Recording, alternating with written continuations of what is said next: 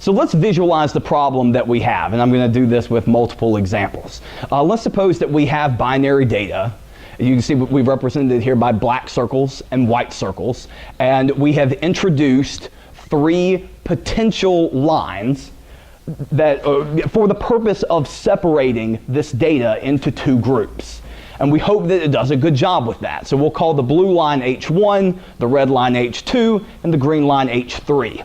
The first thing to notice about this is that H3 does a terrible job of grouping this data correctly. So H3 is not good at what he's doing. We will dismiss him for now. H1, which is our vertical blue line we see here, does the initial job correctly. It actually puts the black dots on one side of the line and the white dots on the other side. The question that I have for you is, does it do the best job of that? For example, if we were to put a black dot, I'll represent this with my laser. If we were to put a black dot right about here, this line would classify that dot as a white dot, even though certainly it's much closer to the black dots. So maybe the question is, at what point would this potential separating line break down? And we want the one that doesn't break down. So let's take a look perhaps at H2, which is the red line down the middle. I would call this the best line that separates these 2 groups, and I hope that you agree with me. So we want to motivate how is it that we come around to obtaining what we've called H2. We'll also motivate the use of the letter H for this later on in the presentation. So here's a different visualization of this problem. I also find this one interesting. So here are binary data we've represented by blue dots and lime green dots. And the thing that I love about this example is if you look at the big X that is formed, each line here does the job that we initially try to do. It separates the data into 2 groups. But they don't even have the same sign for their slopes, right? So we can tell that this problem is a little bit tricky. It's complicated. What I would motivate, similar to the last example, is that the red line does the best job of separating these 2 groups. Even though you could think about a line that has the exact same slope, like the 2 that are on the left and the right, that also separates the data into 2 groups. So that's another reason that this problem is tricky. We need to make sure that our line that we're choosing is unique. So let's think about how we can do that as well. So now I want to put words to the pictures that I have just showed you. Suppose that we have binary data, since we've represented them already by black dots, white dots, or blue dots and green dots. Instead of putting in a dot character, I will simply denote them as plus and minus. We'll call them positive samples and negative samples, plus data, minus data, these sorts of things. We have binary data that's in one of 2 groups, and just for starters, let's suppose that we're in our traditional Cartesian plane, just like we were on our last 2 slides. Our goal is to separate this data into 2 groups, in the best way possible, of course, using a line. The strategy that we have for it is we want to find something that looks like a street, like a road, something that we would see outside with cars on it. So we want to find the street which separates the data into 2 groups, such that, first of all, the street is as wide as possible. We'd like to fit as many cars as we can on there. And we also want to find the equation that would correspond to the median of this street. That's how we're going to solve this problem. And then how are we going to classify? Well, where a point is relative to the median of the street is going to make our decision. If you fall on one side of the line, you're a plus. On the other side of the median, you're a minus. Our intuition here is that the points that are in the gutters of the street, so right there along those edges, immediately on the sides, might help us tell this story the best. So let's update our visualization of this problem. We have some blue dots and some red dots here. Our goal is to find a line which we believe might be this dark line that separates the group into its classes correctly. We would like for this margin represented by the dotted lines, to be as wide as possible. What was the intuition that we had? These points with dark gray circles around them, which may be difficult to see from a distance, I apologize.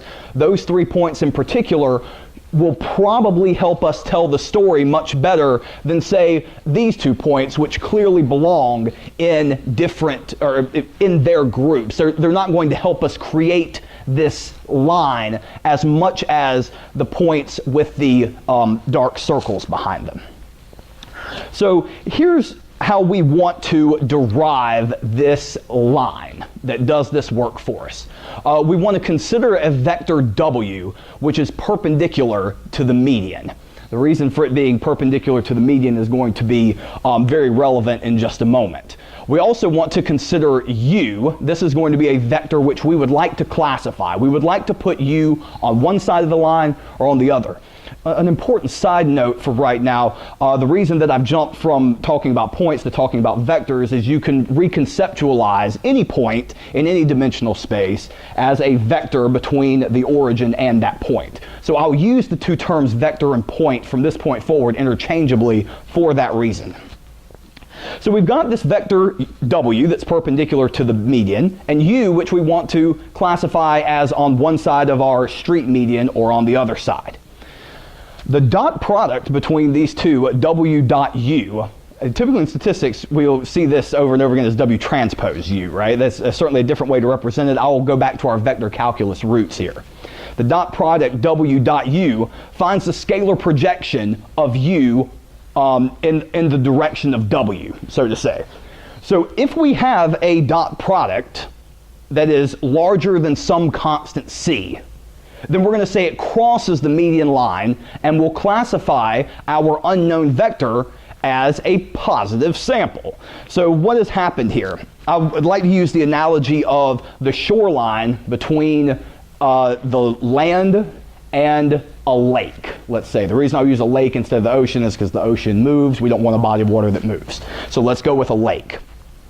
What we want to say is, no matter which way you're turned, we want to turn you back towards the shore, and we want you to, we're going to keep you walking, and at some point, when you've walked far enough, when you've walked a distance greater than some constant, you're going to be wet. You're going to run into water if you're walking from the land. So we will classify you as wet instead of dry. So how can we write that in mathematical notation? We will say that W dot U, this dot product right here, is greater than or equal to C, implies that U is a positive sample. Or we can do a little bit of math and say that W dot U plus B is non-negative, means that U is a positive sample. Here I've made the convenient choice that C is equal to minus B. I have a term that I like for steps like this one. I call it wild math, but it's not like W-I-L-D math. It's a capital W-I-L-D-E math, named after Oscar Wilde, the author. I don't know if you guys ever got a chance to study Picture of Dorian Gray or Importance of Being Earnest. You may have learned that Oscar Wilde was an aesthetic author. They call him the aesthetic people's champion, right? Or at least I call him that. And so what was the aesthetic principle? You're making art for art's sake. No other purpose for making art other than just to create art. So I call this wild math because all we've done is move this over to the other side. It seems like we did math for math's sake. So that's the way that it reads to me. And I think that the interesting thing about that is when you make art for art's sake, maybe you're not doing anything more, but generally when we do wild math, when we're doing math for math's sake, sometimes we do that for the purpose of making things more interpretable. We're going to see more examples of wild math in this derivation, where we're doing math for math's sake because it's convenient for us. So we made a decision rule on the last slide, right? If we are positive, that is to say W dot U plus B, then we're going to classify U as a positive sample. That's a good first try at the decision rule, but unfortunately it is not unique. There are infinitely many lines that satisfy that condition. So we want to go back to the drawing board, and we'll try again naming some things that are more specific this time. Let's say that if our decision rule is a good decision rule, then if we know which data points are positive samples and which are negative samples, like we would if we divided our data into a train set and a test set, which we will later today. So let's suppose we have a training set, we know what's positive, we know what's negative, then our rule needs to classify those points correctly every single time we do it. So how might we notate that? Let's call x plus a positive sample, specifically positive, x minus specifically negative. Remember, we know in this context. So if we take the dot product of our vector that's perpendicular to the median with a positive sample and add b to it, what we're going to do is we'll get a number that's greater than or equal to 1. So we know that it's positive. In the case we know it's negative, we'll apply that same operation and we'll get something that's less than or equal to minus 1 here. So what are we saying relative to our lake analogy? What we're saying is from the shoreline, we're going to put a buoy out somewhere in the lake. And up on the land, we're going to put a flag somewhere on the land. And what we want to do is say that we definitely want to classify you correctly if we know that you're way far out in the water or way up on the land. That's sort of what we're trying to accomplish here. Of course, carrying around two equations like this is rather cumbersome. So what we'll do is we'll introduce this convenient notation, more wild math, right? We're going to call yi 1 for positive samples and yi minus 1 for negative samples. So what does it do to blast each side of these equations by yi? Well, for the first equation on the last page, if we blast this by yi and we multiply both sides by yi, well, for a positive sample, that's just 1. So 1 times 1 is 1. The inequality doesn't flip. This is exactly the same thing as it was before. But we said that yi was going to be minus 1 for minus data. So what happens here? W dot x minus plus b will now blast by y times minus 1, y is minus 1 in this case, minus 1 times minus 1 is 1, and this inequality sign flips. So by introducing this yi, what we're going to do is collapse these two equations into one equation. So that's really helpful. And then we'll do even more wild math, right? What we'll do is, since we've got this 1 over here, we'll just throw him over to the other side. So what we're going to say is if this quantity down here is non-negative, then we're going to classify you as a plus sample. So again, what is going on with x? X is in the gutter here, right? We know that x is positive or x is negative. So how convenient, right? We did a little bit of wild math and it turns out that that really helped us to collapse everything that we were interested in. So now what do we want to consider? Let's remember what the problem was in the first place. We wanted to find the median with or an equation for the median where the width of the street was as large as possible. So what do we need to do? Well, if we've got two of these gutter vectors that are along our line, so that's x plus and x minus, then what procedure do we need to go through to find this width? We'll take the difference between these two vectors. So wherever you are along these two lines, you'll just find the difference between the two of them. And what we want to do is take the dot product of this and a unit vector in the direction of the median. You remember we've been calling that very vector w, but w wasn't normalized. So in order to normalize him, we'll simply divide him by his magnitude. This is great vector calculus review, by the way, right? A lot of vector calc principles are floating around in obvious view here. So again, what do we want to do? We'll express the width as this difference vector, dot product unit vector in the direction of the median of the street, right? So this looks complicated at first. How are we going to dot these guys? Well, if we distributed this across, we would need to know what x plus dot w is and x minus dot w. Figure, wait a second, we've seen that before. That was 2 slides ago, right? There's w dot x plus and w dot x minus. And what we would get is for a positive sample, this is going to be, again, we're along the gutter here, right? So along the gutter, these are equal signs. This quantity is going to be 1 minus b, and this quantity will be negative 1 minus b. So we'll blast that with that minus sign, and we'll add 1 plus b on both sides. And then, of course, we're still dividing by the magnitude of w here. There's some nice cancellation here, right? The b's are going to cancel, and 1 plus 1 is just 2. So that's how easy this derivation is, right? 1 plus 1 is 2. Of course, we are still dividing by the magnitude of w in this case. All right, so at least now we're crawling along here. We have an expression for the width of the street. Are there any questions up to this point? Yes? Oh, sure. Actually, I'm glad you said that, because that's my next slide, is an updated visualization of this problem. So this, now that we've defined more and more terms, let's see what we've got going on in this picture. So again, we're back to having black dots and white dots.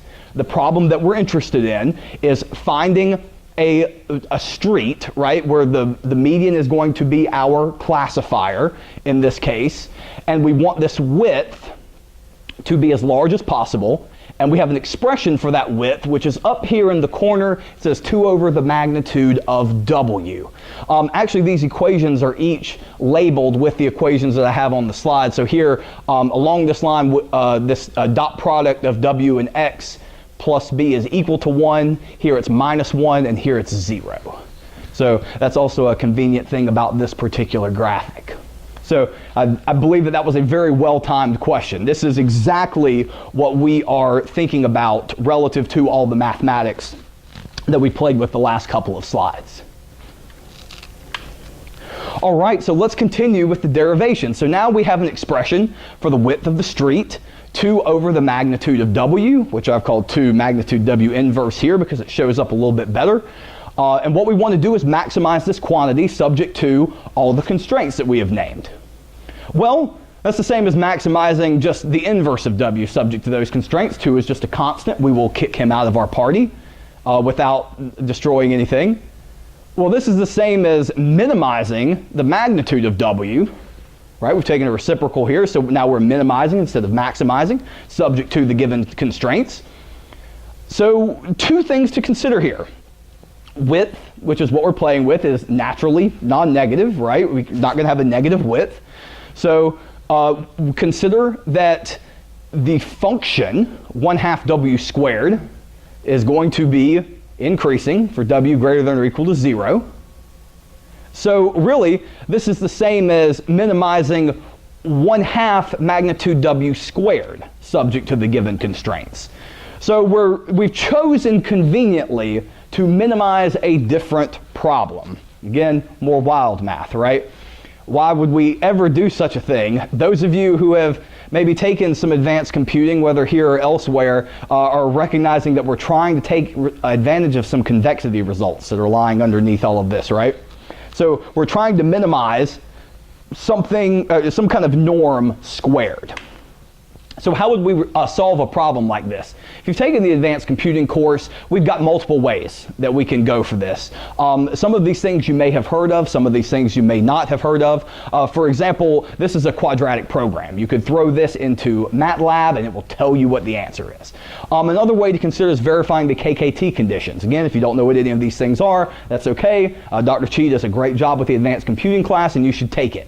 The way that I'm going to choose to look at it going forward is this is a problem where we want to consider it's an optimization problem that is relative to a linear constraint. So in that case, we can use the method of Lagrange multipliers, which I've abbreviated as MLM up here. If you think that maybe, so it's defined in the Stewart text, the vector calculus text. So this is something that you're probably expected to know, but if you think that it won't crop up in statistics, I've actually seen it in a lot of different places since I've been up here. It's involved in the Kriging proof for finding spatial predictions. It's also involved in demonstrating that the empirical cumulative distribution function is the MLE of the CDF. So that's one of Dr. Stefanski's favorite proofs from inference. In case anybody still has yet to take that course, I would advise that you know that proof because it may come up on both your midterm and your final. That's how much he likes it. So since I'm very familiar with this method, we'll go ahead and apply it here. If you need any extra details on where I came up with this, you can certainly revisit the Stewart text or Wikipedia or something like that. And so what we've got here is, this is our equation that we are trying to optimize relative to the constraint that what is in these brackets right here is 0. Why is that the constraint? I believe that's the constraint that we provided on this slide right here. All right, so in order to apply the method of Lagrange multipliers, once we found our function L, we need to take the derivative with respect to the vector W and the constant B and see what starts to fall out. So vector derivatives are really not that different from scalar derivatives, right? If you go through and look at everything element-wise, it all matches up. It's exactly what you think it is. So without going too deep into those details, what we'll do is we'll take the derivative, set it equal to 0, and we'll find an expression for W. And then we'll take the scalar derivative down here. We've got an expression, set it equal to 0, and it turns out that there is no simplification necessary here. So what I've done is just written it in a little bit different way over here. So these are some things that we want to take advantage of. So the next slide is always that heart-stopping type of slide for students. It's the dreaded one equation slide. You know the slide that I'm talking about, where the professor only has room to put one equation on the slide. So, but the good thing about this kind, it's the good kind of one equation slide. And the reason for that is because there's going to be a lot of simplification. So I've typed everything out for you in a way that makes it obvious that simplification can be done. So what we're going to do is we're going to take these solutions and we're going to plug them back in to L. So we have a solution for W now, and we have a solution for this expression right here, which if you distribute all the terms, you see it's going to become important, and so it looks like this when we plug it back into L. So the one thing to consider is that when you're taking a squared norm, right, you have to keep your indices in line. So we've got an index over both I and j, so we just want to be very careful about that here and very pedantic as we go through this problem. So what are some things that we might see here? This guy is not going to simplify at all, so we'll leave him B for now. B is a scalar, so he can be factored out from this sum, and we're left with the sum over I of alpha I yi. We have a result about that, right? That was 0. So this piece isn't even here, which is great. This piece at the top, this dot product is a bunch of junk, right? This is a mess, but it's 1/2 of that mess minus a full copy of that mess. That's negative 1/2 of that mess. All right, so once we've got that, we want to try to write our mess maybe as a double sum. So the good news about that is that it's not really more complicated than what you think it is. Remember, alpha i's are just these Lagrange constants. We don't want to worry about that. Yi's and yj's are just ones and minus ones, right? That's how we define them. So really, these guys are playing roles similar to constants, and the only thing really to take the dot product of is xi and xj. So we can massage this equation to look like this, notably much simpler. Now, why did we even bother to go through all this? This is where the intuition is in developing exactly where this method comes from, why this method is a classifier to me. So what we've done is we've seen that our maximum only depends on the dot products of certain data vectors. A lot of these alpha i's are actually going to be 0. They're not all 0, but the ones that are non-zero are the important ones. And we're going to give the important ones a special name here in a minute. So the only reason that I show you all of that about L is to show you what is on the end here. All we're worried about is certain dot products that are going to drive this equation for this classifier. So suppose we were given an unknown vector u to classify. What is our decision rule now after we have gone through the process of maximizing, minimizing 1/2 norm of w squared?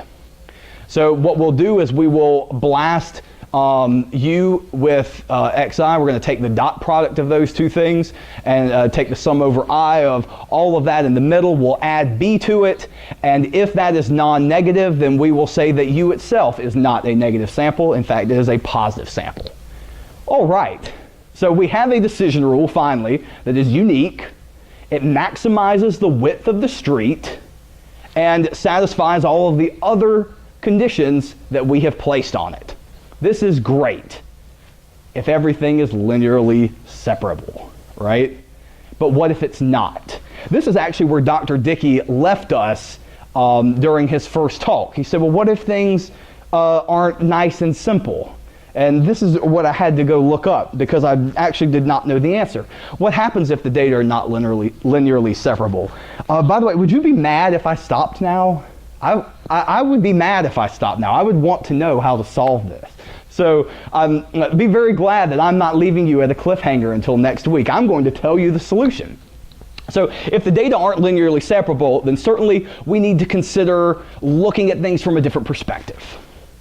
So what we want to do is transform the data into some other space. Remember, we've only been in the plane using separating lines at this point, right? So we may have to go up into space or beyond, depending upon what goes on, where the data is separable. Some of the things that are running under here that aren't mentioned in the slides, because remember, we're only looking at the intuitive portion of this, is there's a lot of geometry going under here where we can take advantage of all these convexity results that we have introduced in previous slides. So that's what's running under here that's not stated. So let's consider a transformation. I'll call that transformation phi.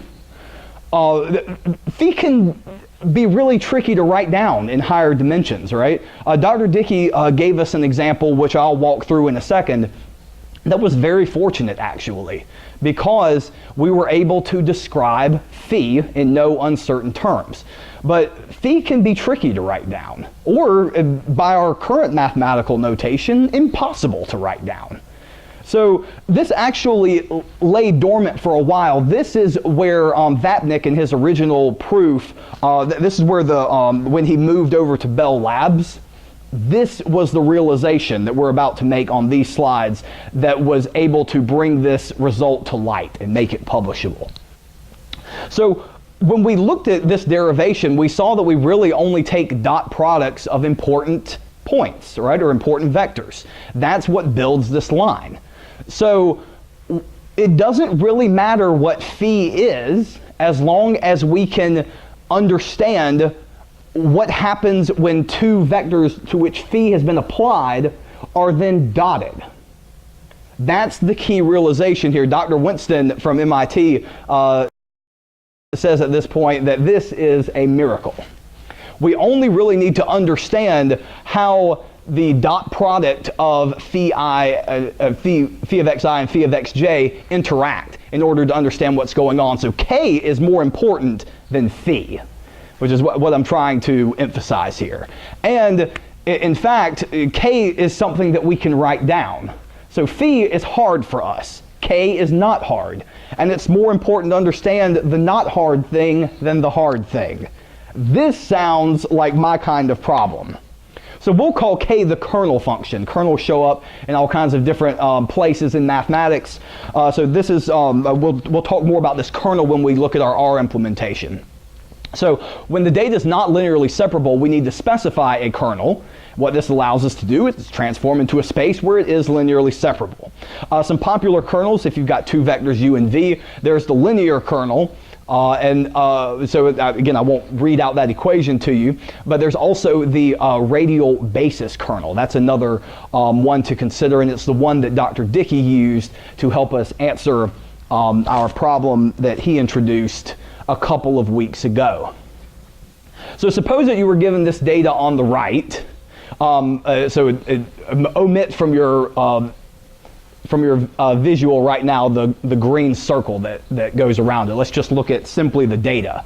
This data is surely not linearly separable. There's no way that we can draw a traditional line like we've been seeing in previous slides and make this all come together and be able to perfectly classify. So what we've done is we've used a kernel to transform the data into 3-space. Dr. Dickey actually described this transformation in great detail, and what this transformation did was it gave us this graphic on the left, where our red dots are suddenly floating higher in 3-space than our blue dots are. So what we do is we'll apply the SVM method to come up with a separating plane instead of a separating line, and we'll take this entire thing and project it back into the Cartesian plane. And that's what this green circle is it's the projection of this plane back into this space. So this is what makes this problem possible even when data is not linearly separable. So Dr. Dickey shared more than one example with us actually about when phi moves the specific transformation for phi moves the data from R2 into R3. What we did in those examples is we found a plane that separated the data, projected that back into the Cartesian plane exactly as I just described. Of course, so we're generalizing to higher dimensions here is what we're doing. So eventually, if we started with our data in R3 and we wanted to move it to R4, we kind of run out of names, right? We've got no more names left. R4 is very hard to describe, right? You can think of it as a surface floating in 3-space with time. So you could use time as our 4th dimension there. Or perhaps you could think of it as a shadow. In our 3-dimensional world, we cast 2-dimensional shadows. So what you're looking at is a shadow from the 4th dimension if you're looking at a surface.